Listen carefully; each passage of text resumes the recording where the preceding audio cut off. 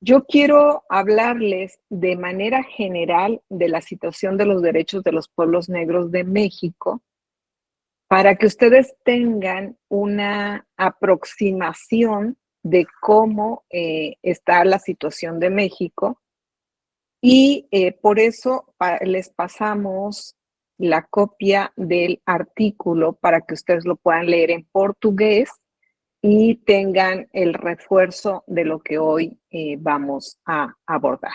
Adelante, por favor. El contenido de la clase intenta hablar sobre la manera en cómo me aproximo al tema, de qué manera, y luego un planteamiento sobre cómo está normalizada la visión de un mundo dividido, y después nos vamos a abordar la diversidad de México, que abarca pueblos indígenas y afromexicanos. Y ahí quiero plantearles tres ejes que son identidad, desigualdad y diferenciación, que se entrelazan, pero cada uno tiene sus particularidades y no debemos confundirles.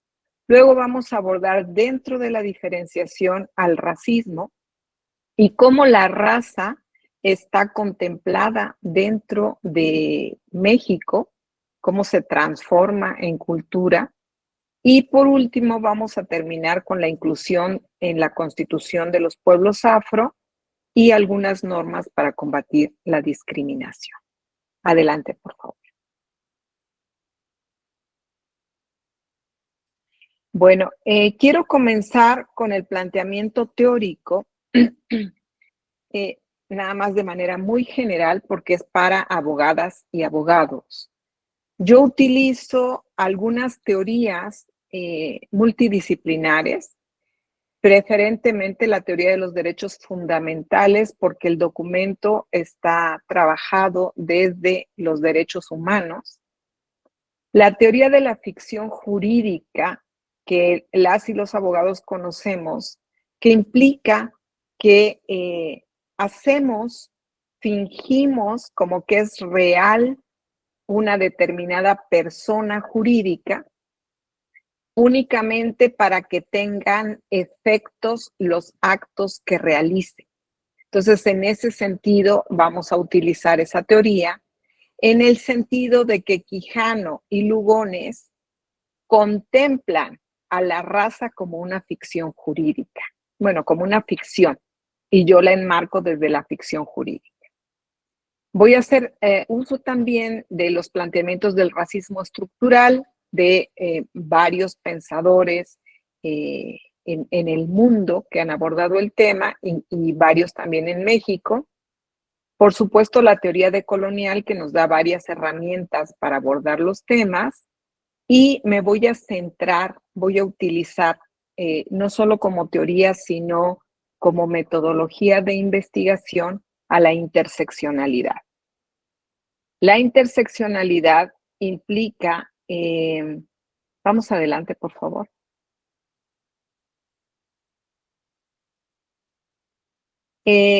Sabemos que tiene origen en los feminismos negros o así llamados, y es una categoría de análisis y también es una metodología de investigación.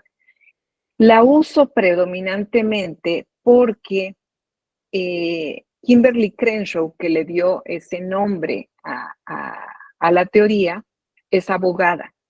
Y la manera en que usó la interseccionalidad fue útil para visibilizar las lagunas o los espacios no ocupados en donde quedaban las personas a las que se supone protegía esta legislación. Entonces, vamos adelante. Utilizo la definición de Kimberly Crenshaw porque la interseccionalidad está enfocada a dar la visibilidad a aquellas personas que contienen en su ejercicio de vida eh, categorías que se interrelacionan como raza, clase y género, y también sirve para hacer visible que en muchas ocasiones las normas que están hechas para proteger los derechos humanos y a las personas más desfavorecidas pueden dejarlas fuera por tecnicismos jurídicos. Vamos adelante.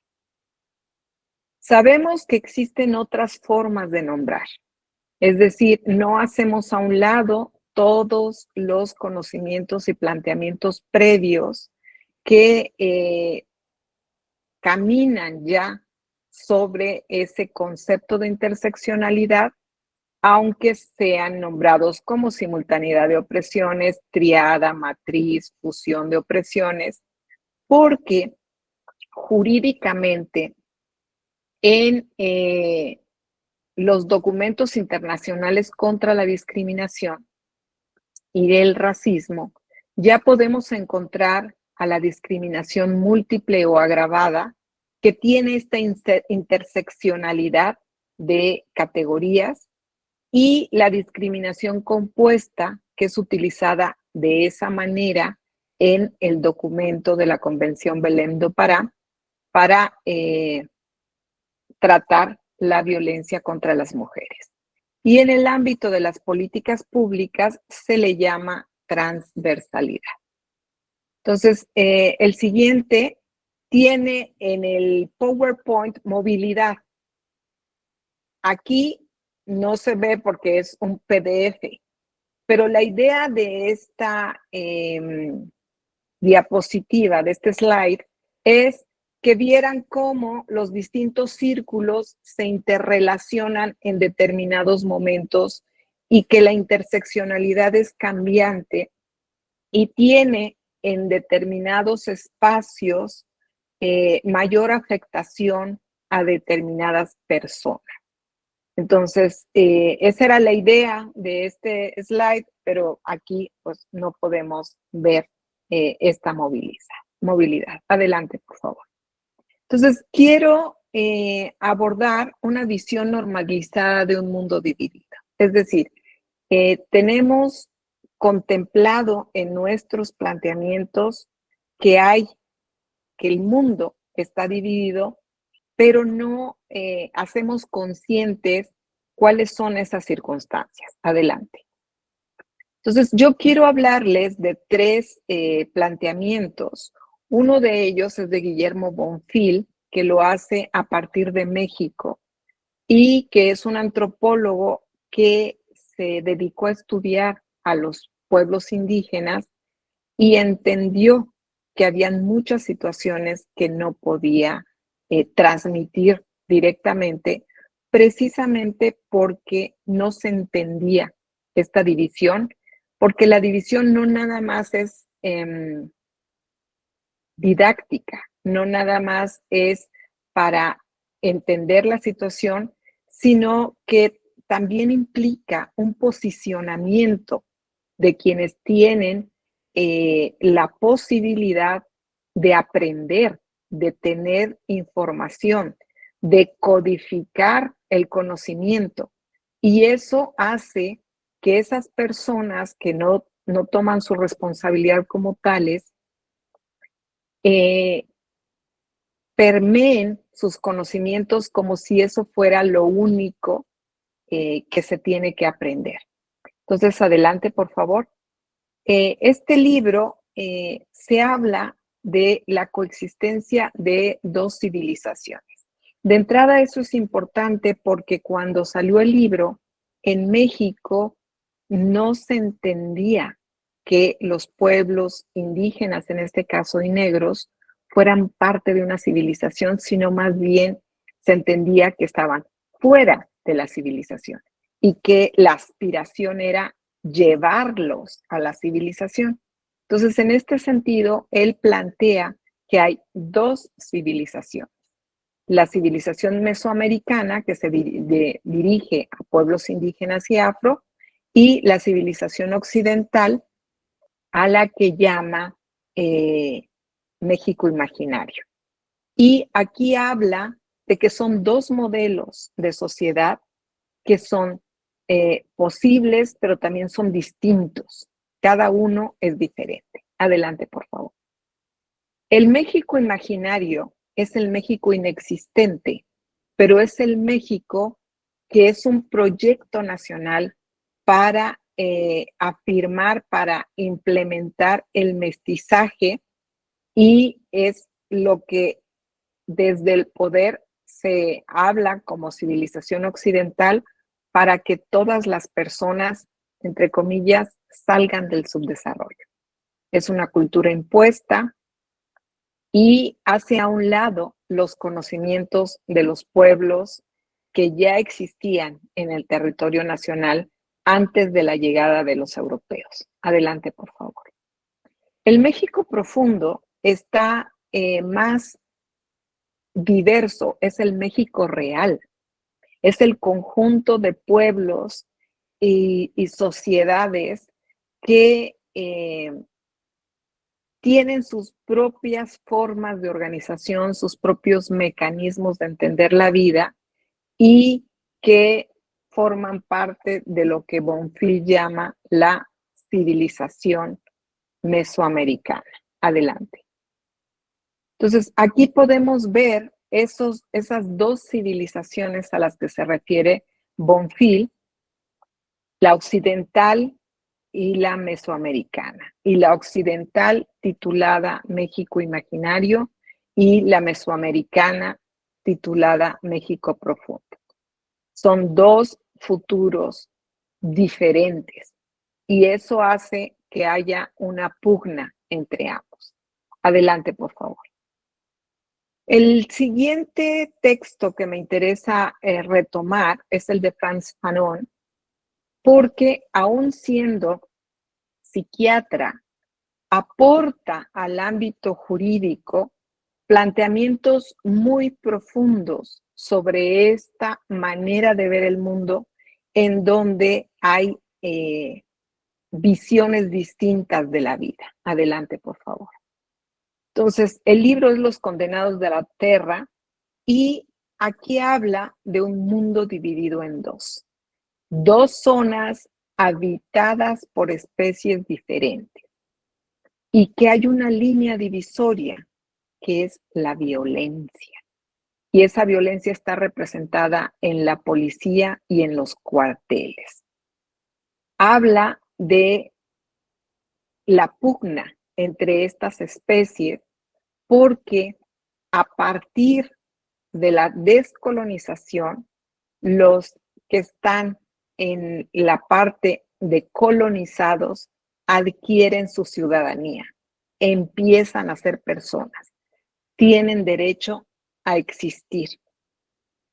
Es decir, les da un nacimiento jurídico, un nacimiento que rompe con los espacios de dominación a los que están enfrentados. Adelante.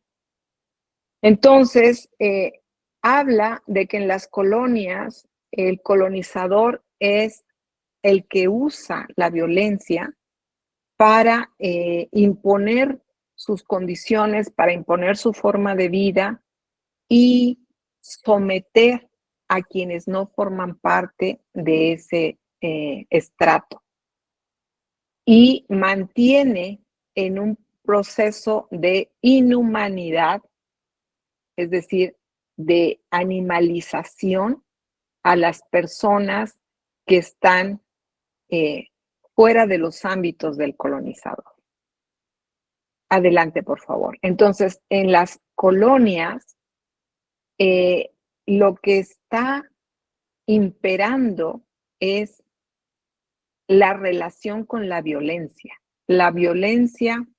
que mantiene, entre comillas, el orden para que las personas no se movilicen, no se defiendan, no resistan.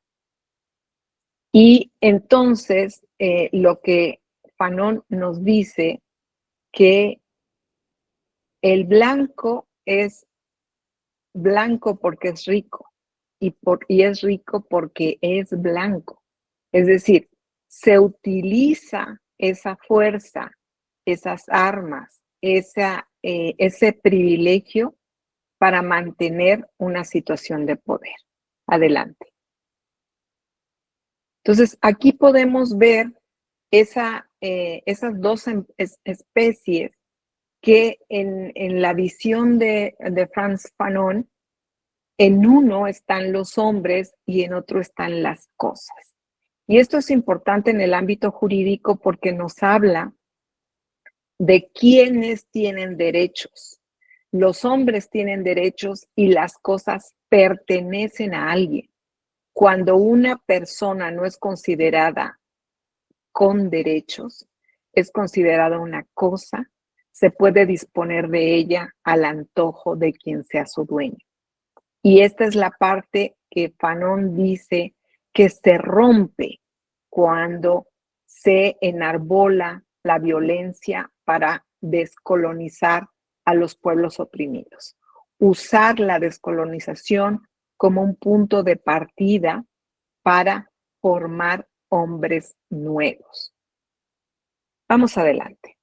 En este sentido, surge una interpretación de Sousa Santos y Meneses mucho más intelectualizada dentro de la sociología.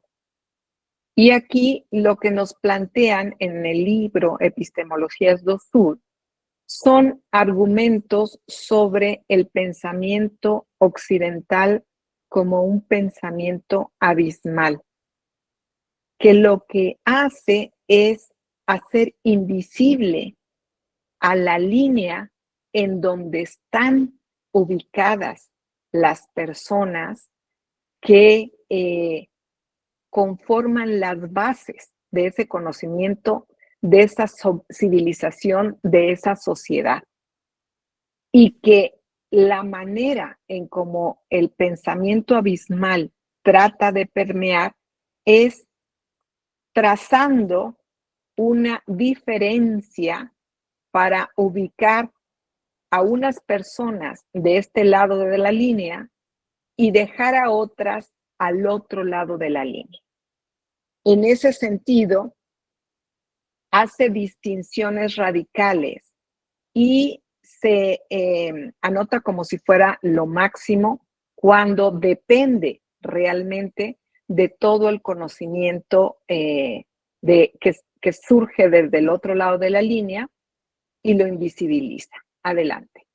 Entonces, esta línea implica que quienes están por debajo de esa línea son totalmente borrados de la información, aunque soporta a todo lo que está por encima. A esto le llama territorios coloniales y a lo que está arriba son sociedades metropolitanas. Adelante, por favor. Entonces, el universo de este lado de la línea es el que tiene el poder, es el que ejerce las reglas, es el que puede usar la reglamentación social y la emancipación social como mecanismos de convivencia. Y en este sentido, el conocimiento moderno y el derecho moderno forman parte de este pensamiento abismal. Y en ese sentido a mí me interesa porque yo trabajo desde el derecho. Adelante, por favor. En cambio, el otro lado de la línea es el espacio que puede ser utilizado por apropiación y violencia. Es decir, es como si fuera un territorio sin ley, un territorio alegal o no legal, en donde no se entiende la posibilidad de existencia de la reglamentación o la emancipación porque se supone que no es suficiente y necesita utilizarse la violencia. Pero eso lo dicen quienes están en el lado de arriba de la línea. Adelante, por favor. Entonces, aquí podemos ver una representación gráfica de esos universos paralelos a los que se refieren, donde las sociedades metropolitanas son consideradas visibles y los territorios coloniales son considerados invisibles. Es decir, el pensamiento occidental es abismal porque se impone por sobre todo lo demás. Adelante, por favor. Entonces, aquí podemos ver un resumen de estos tres planteamientos.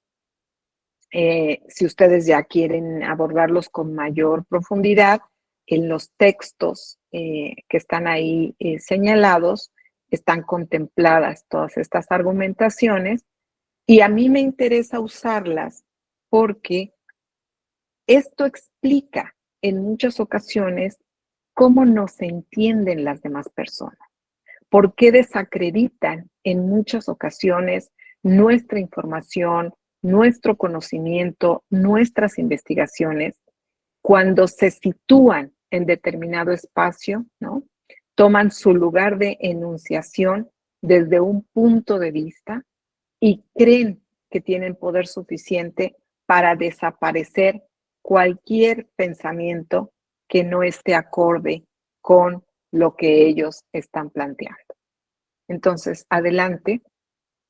Esto implica que los planteamientos nos ayuden a reflexionar sobre cómo estas diferenciaciones causan desigualdades que no son merecidas para las personas y son ubicadas en grupos en situación de vulnerabilidad que les limitan para transformar su vida.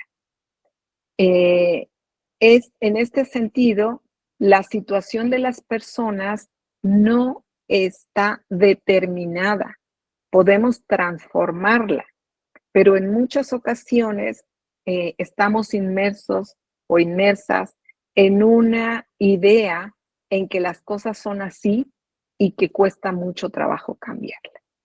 Entonces, es importante que nosotros consideremos estos planteamientos para que con mayor claridad avancemos a transformarlos. Adelante, por favor. Entonces, vamos a hablar rápidamente de la diversidad de México, aunque esta información la pueden encontrar ustedes en el artículo que ya tienen. En México somos 126 millones de personas aproximadamente. Y aquí esta cifra es del censo de 2020. Estamos esperando que en octubre del 2025 se haga la encuesta intercensal, que es de medio término, para que conozcamos cuáles fueron las nuevas cifras. Adelante, por favor. Nuestra diversidad en México está dividida en un 51.2% de mujeres y un 48.8% de hombres, en donde muchos de ellos son integrantes de pueblos indígenas o pueblos afromexicanos. Adelante.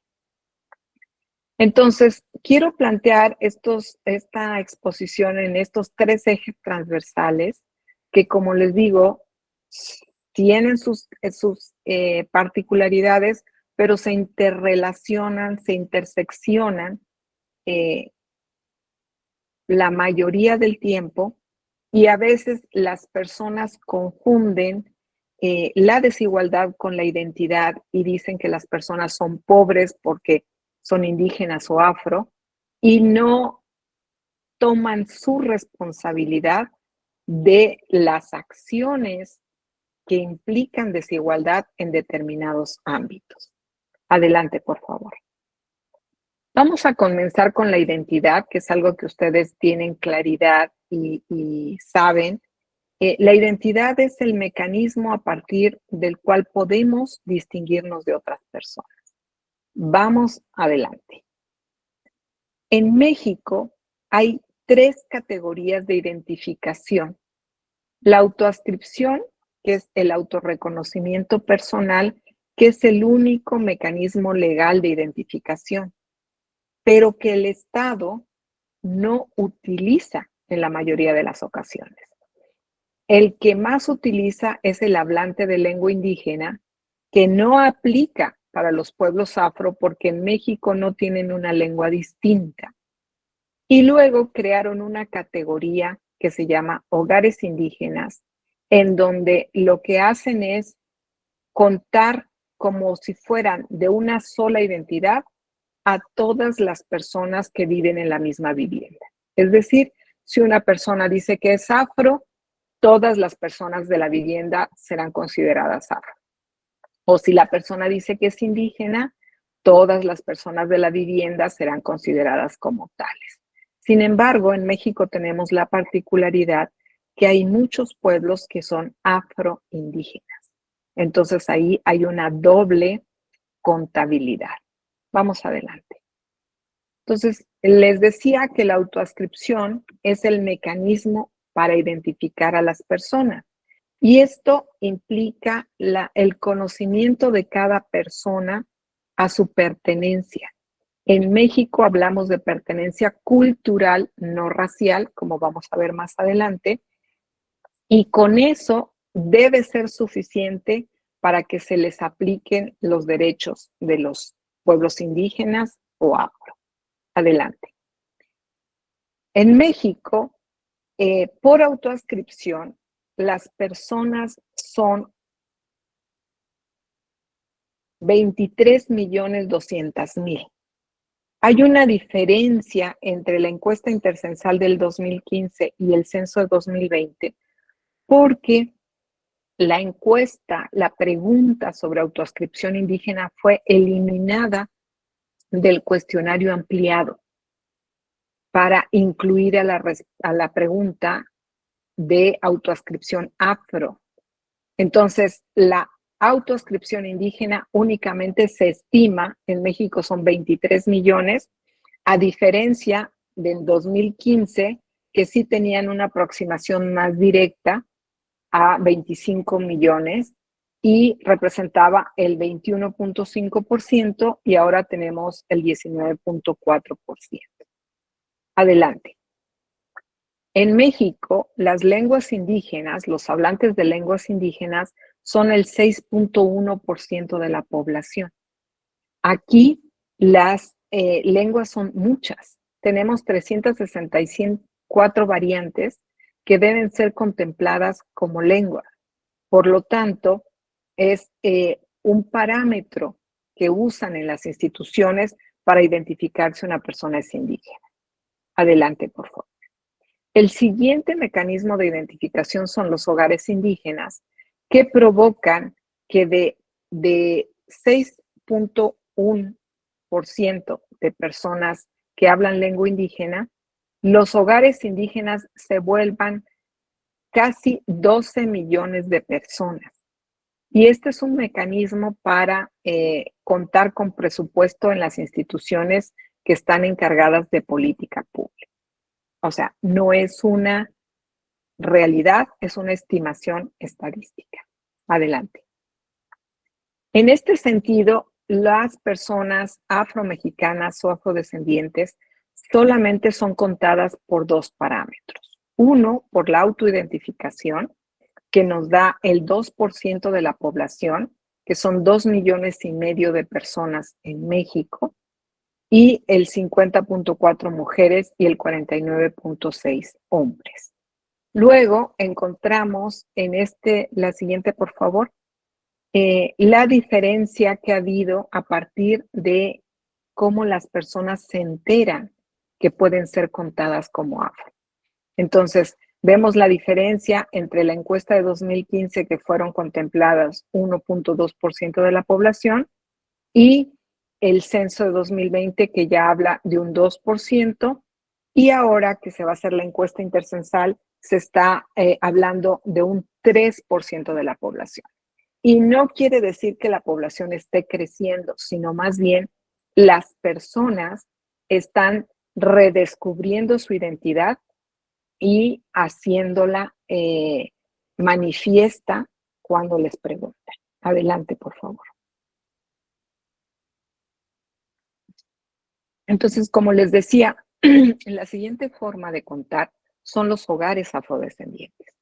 Y aquí, si una persona dice que es afrodescendiente, todas las que están en la misma habitación se cuentan como tales, y en este caso, la cifra sube a 3,5 millones de personas afro, con la salvedad de que casi el 7% de estas personas señala que también habla una lengua indígena. Adelante.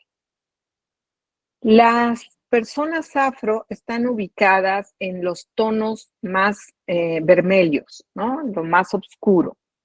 En Guerrero y en Oaxaca es donde están ubicadas como comunidades.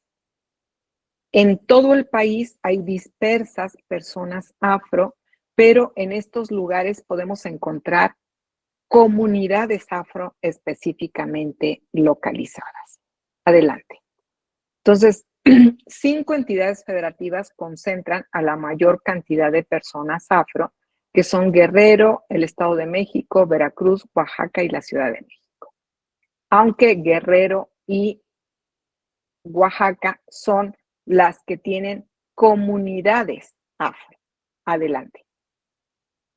Las comunidades afro de Guerrero son aquellas que tienen más del 40% de población afro, y podemos ver estas en Guerrero, adelante, y estas en Oaxaca. En realidad son pocas las comunidades que concentran a la mayor cantidad de población, y esto repercute en los datos, como vamos a ver más adelante. Vamos con la desigualdad. Adelante, por favor. La desigualdad en México se mide a través de estas estadísticas que salen de el INEGI. Y como son pocas las personas afro que están concentradas en determinados espacios, los mecanismos para identificarlas surgen de esas encuestas, y ahí se mide la desigualdad económica a través de la pobreza y la desigualdad social y de oportunidades. La desigualdad social, que implica la acumulación de riqueza a través de educación, salud y vivienda, y la de oportunidades, que implica qué posibilidades tienen de movilidad social las personas a partir de sus ancestras y ancestros. Adelante. Sin embargo, en el censo anterior de 2020, no se pudieron obtener datos sobre la pobreza de la población afromexicana, porque la categoría no está contemplada en la Encuesta Nacional de Ingresos y Gastos de Hogares, que da los insumos para medir la pobreza multidimensional en México. Se supone que este año ya están incluidos y ahora sí van a conocerse. Adelante, por favor.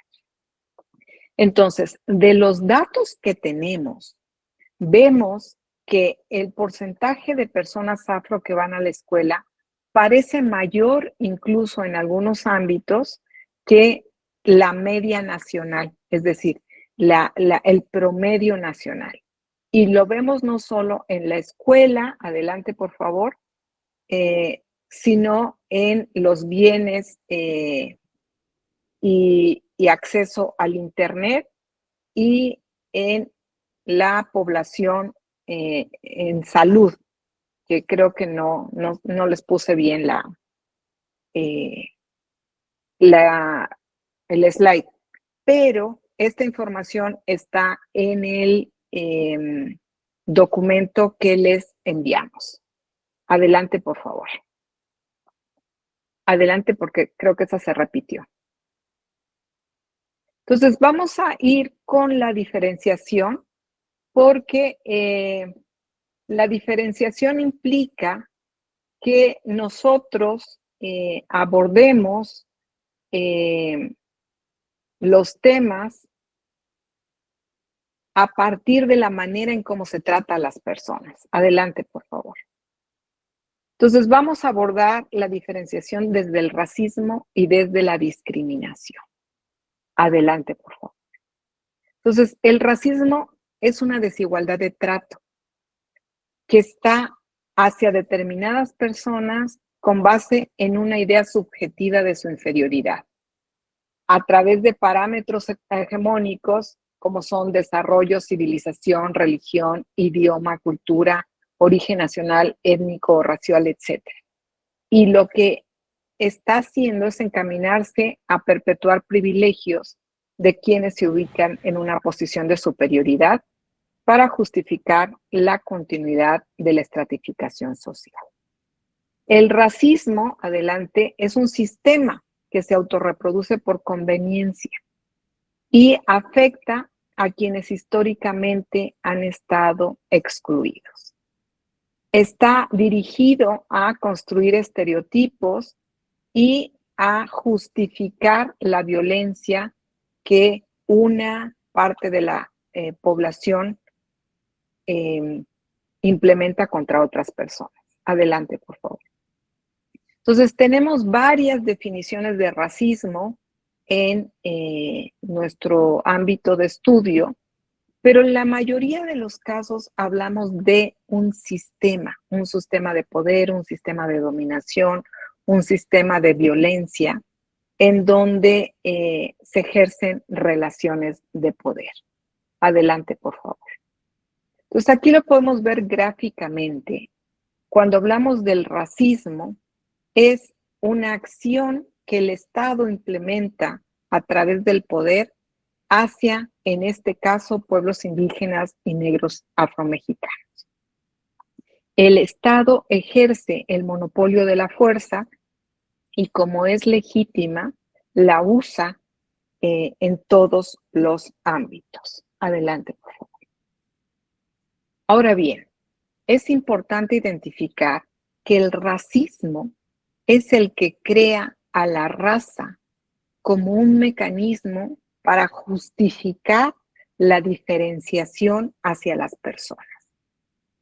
En este sentido, el racismo actúa como un mecanismo, una ideología que se implementa desde los espacios de poder que pueden ser desde el México imaginario en México, desde la posición de los colonizadores, desde Frantz Fanon, desde la posición del pensamiento abismal que postulan Sousa y Meneses, y entonces van permeando como si la raza fuera algo real. Vamos adelante.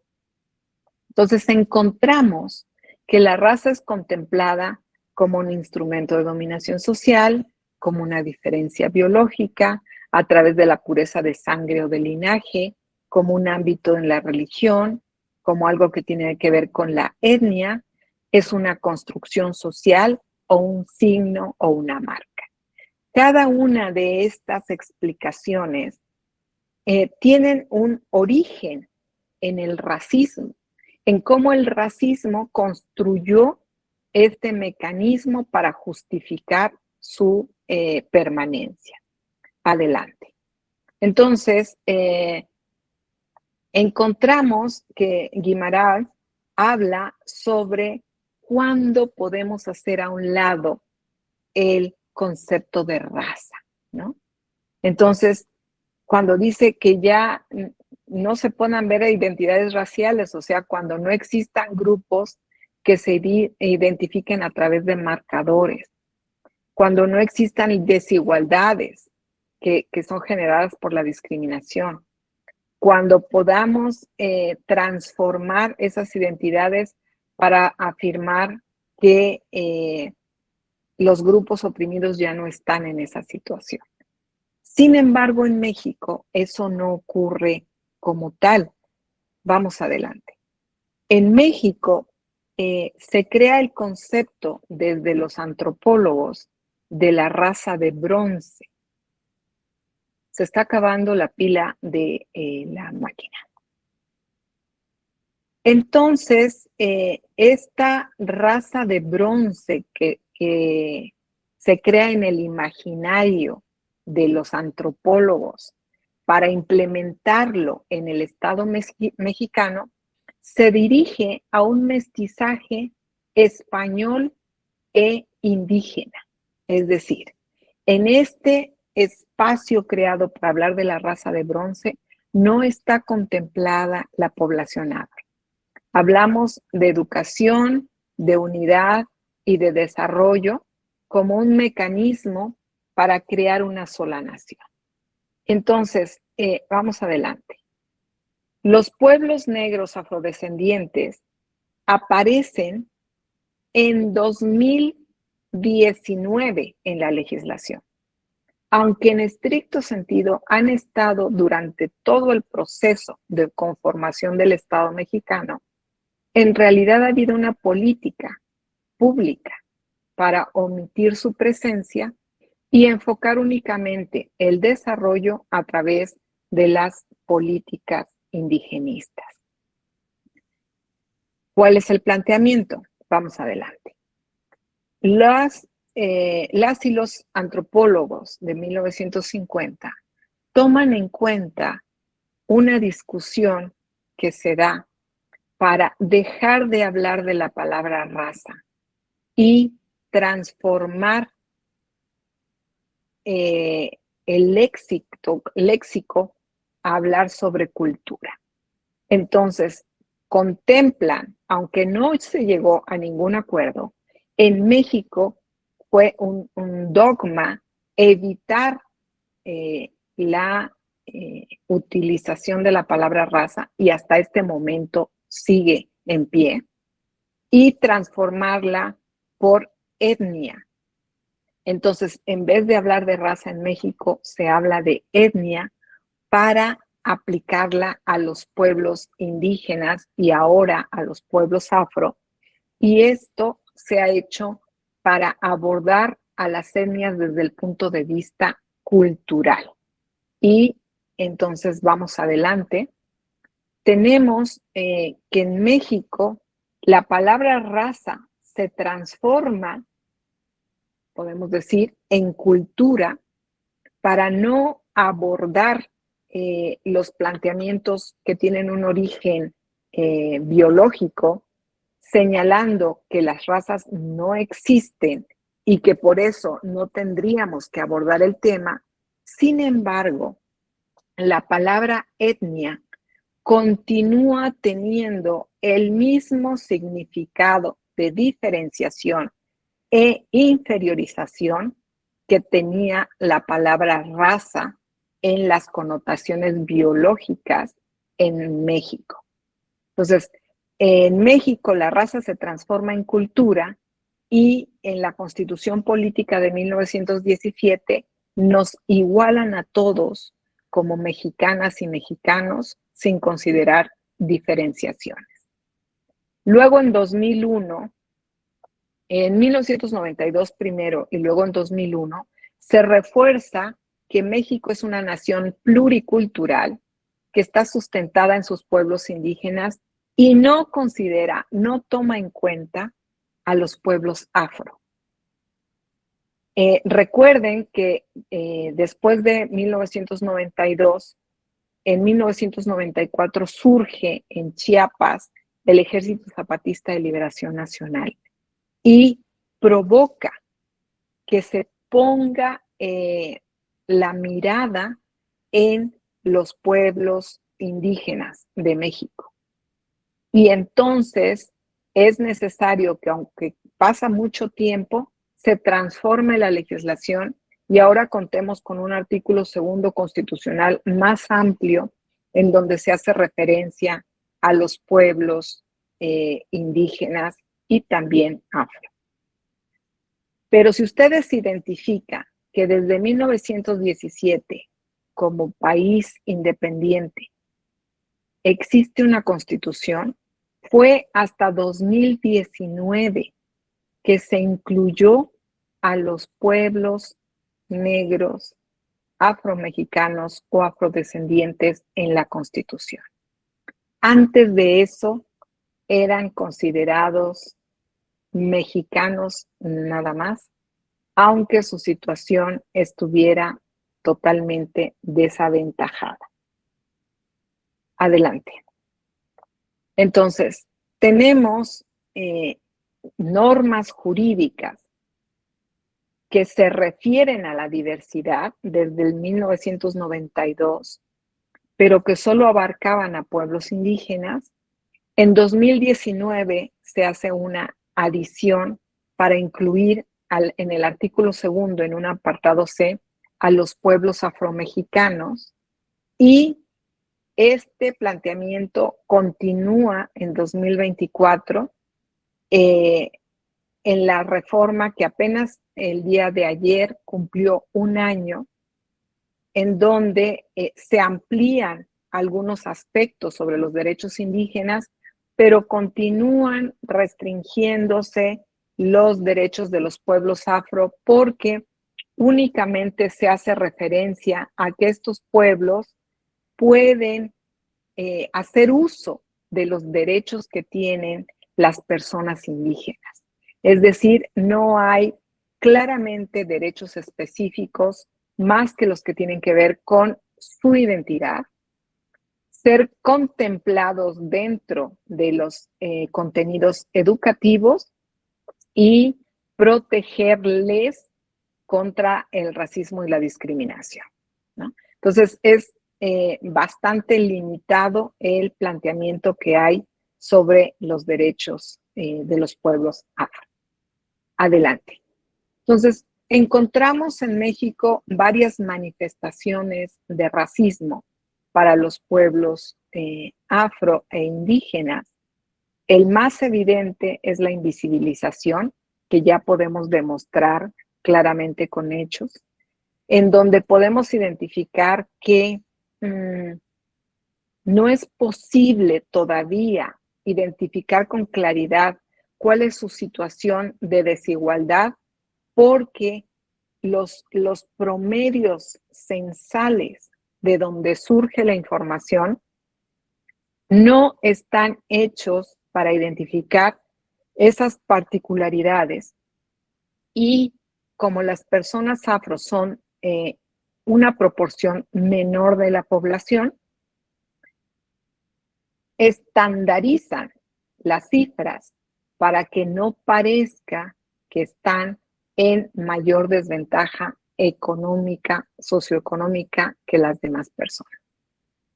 Continuamos con situaciones de exotización, es decir, donde se exacerban las cuestiones culturales, las manifestaciones artísticas, las pinturas, las máscaras de los diablos, y no los contenidos epistemológicos del conocimiento y las aportaciones económicas de los pueblos a la mexicanidad. Y también tenemos la extranjerización, es decir, se considera en México que las personas con fenotipo afro no son mexicanas, aunque sean de la costa chica de Oaxaca y Guerrero. Y esto provoca en muchas cuestiones el perfilamiento racial, y que detengan a estas personas en los retenes de migración, que hay muchos a lo largo del país, y en algunas ocasiones que estas personas sean deportadas de su propio país porque los agentes de migración consideran que sus documentos son falsos. Entonces, también hay una normalización de estereotipos, de prejuicios y de estigmas que provocan en muchos casos incentivar los mecanismos de la diferencia de trato entre las personas. Adelante. Entonces, esto nos da una idea que el racismo es estructural, que aunque no lo podamos ver claramente, estamos hablando de que está inmerso en la organización de la sociedad, en el ámbito económico, social, político y jurídico. Y que tenemos, además de un racismo estructural, un racismo institucional que está dentro de la estructura de las instituciones y un racismo individual que en muchas ocasiones, a través de los prejuicios individuales, se transforma en racismo institucional porque las personas racistas ocupan cargos de poder y desde ahí ejercen su función como legisladoras, como parte del Poder Judicial o como parte del Poder Ejecutivo para mantener políticas públicas que mantienen la diferenciación. Entonces, una cuestión novedosa en el ámbito jurídico, podemos ir a la siguiente lámina, por favor, es la definición jurídica de racismo. Aquí sí encontré la definición en la Convención Interamericana contra el Racismo, la Discriminación Racial y Formas Conexas de Intolerancia, en donde nos señalan por primera ocasión en el ámbito jurídico una definición que nos permite abordar el racismo desde el punto de vista jurídico. Sin embargo, como vamos a ver más adelante, la discriminación es evidente en actos u omisiones. En cambio, el racismo en esta definición se refiere a teorías, doctrinas, ideologías o conjunto de ideas. Entonces, no tenemos claridad en una acción y en este sentido, vamos adelante. Hice este cuadro para identificar cómo nuestro concepto de racismo como teoría, doctrina, ideología o conjunto de ideas nos da una idea de lo que es el racismo a través del vínculo causal, es decir, un vínculo que identifica características fenotípicas o genotípicas con rasgos intelectuales, culturales y de personalidad para justificar la superioridad racial. Y en este caso, lo que se provoca son desigualdades raciales. Adelante.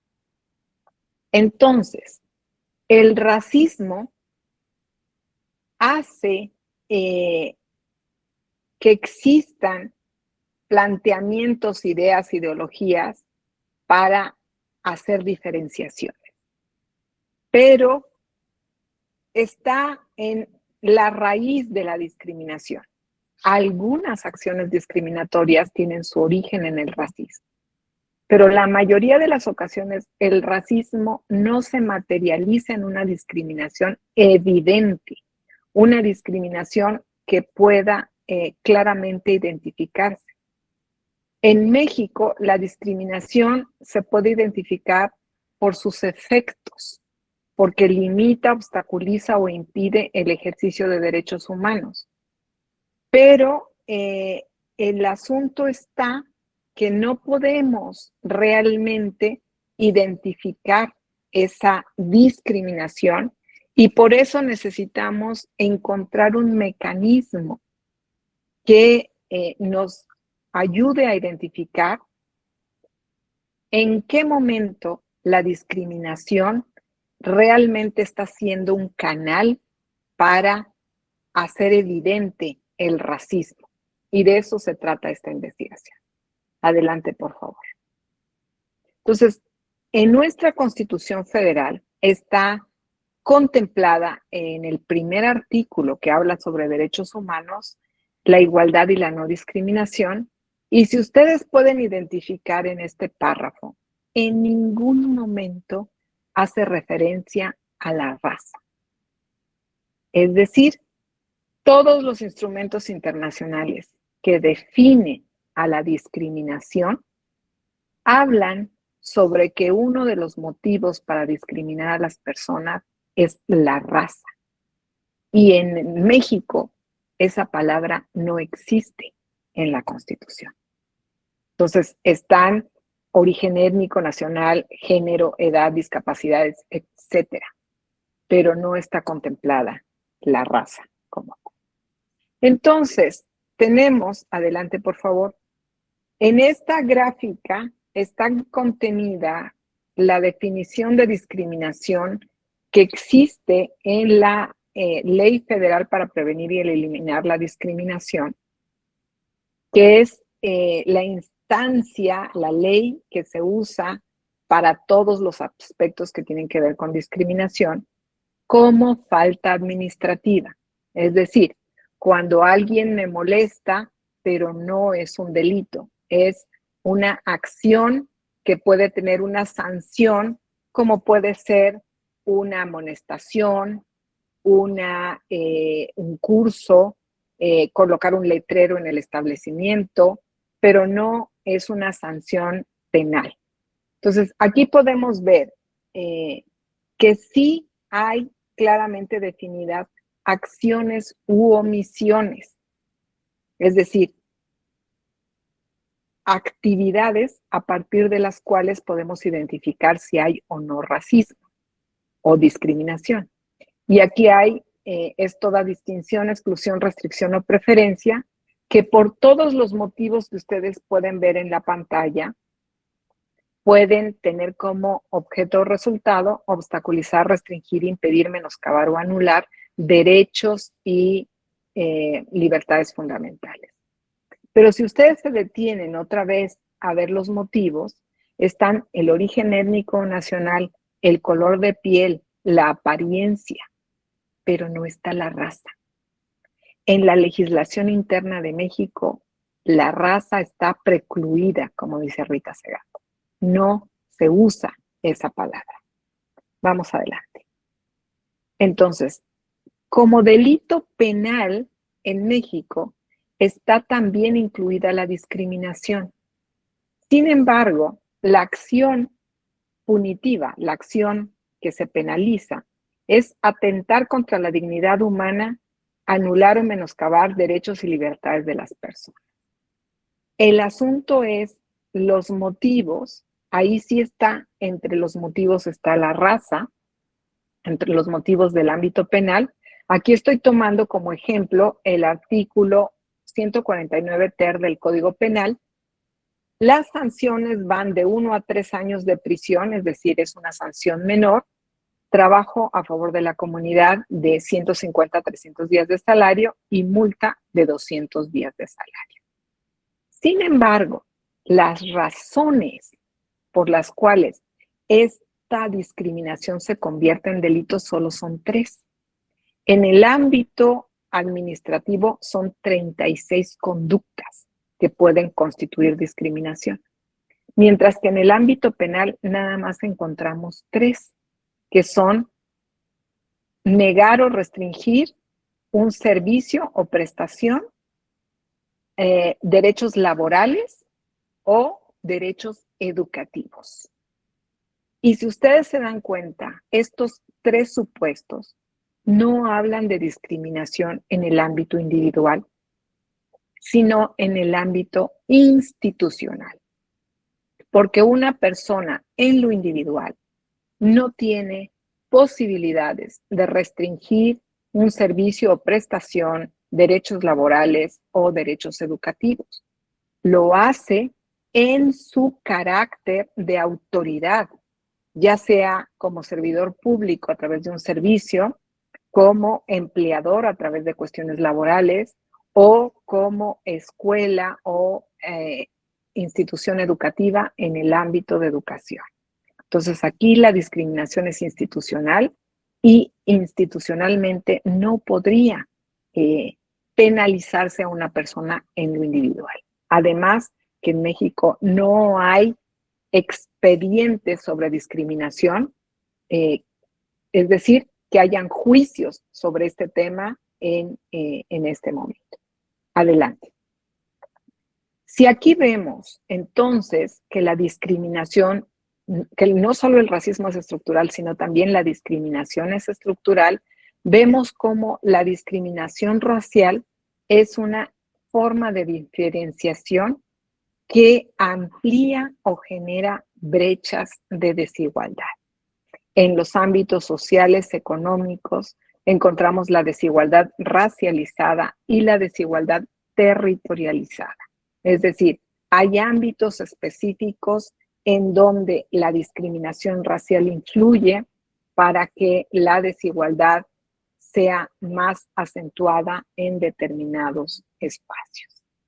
Entonces, adelante, por favor. Tenemos aquí también la definición de discriminación racial que no existe en México. La legislación interna en México no define la discriminación racial, únicamente las convenciones internacionales contra la discriminación racial y la Convención Interamericana. Entonces, tomamos de esas dos la definición de discriminación racial que en México no está definida como tal. Entonces, este cuadro, al siguiente, por favor, está contemplado en un artículo que escribí para Claxo. Ahí se ve muy pequeño, pero es, podemos decir, un inventario de cómo está contemplada la discriminación en el ámbito administrativo y en el ámbito penal en México, desde instrumentos internacionales de derechos humanos y legislación federal y legislación local. Entonces, es un cuadro que me sirve para ir haciendo diversos análisis, pero aquí se los quise resumir en general. En el color rojo, ustedes pueden ver en dónde sí se utiliza la palabra raza y dónde no está contemplada, ¿no? En la mayoría de la legislación en México no existe la palabra raza. Adelante, por favor. Entonces, este proyecto está dirigido a identificar el racismo estructural en el derecho. Para hacerlo, proponemos un procedimiento que identifique el racismo estructural que provoca discriminación a través de hacer análisis de normas jurídicas que se aplican a pueblos indígenas y afromexicanos en casos concretos. Esto tiene la finalidad de encontrar herramientas antirracistas, es decir, mecanismos que provoquen cambios en las relaciones que establece el Estado con los pueblos indígenas y negros afromexicanos dentro del marco de los derechos humanos. Y finalmente, adelante por favor, este es el procedimiento que estamos implementando para hacer análisis, en donde a través de los derechos humanos identificamos el racismo como categoría de análisis que provoca discriminación estructural, lo aplicamos al derecho y a través de un procedimiento de análisis que utiliza la definición del racismo en el ámbito jurídico, abordamos normas sobre pueblos indígenas y negros afromexicanos en casos concretos y la idea es producir herramientas antirracistas en el derecho. Adelante. Entonces, dejo hasta ahí mi exposición y estoy a sus órdenes para comentarios, observaciones o preguntas.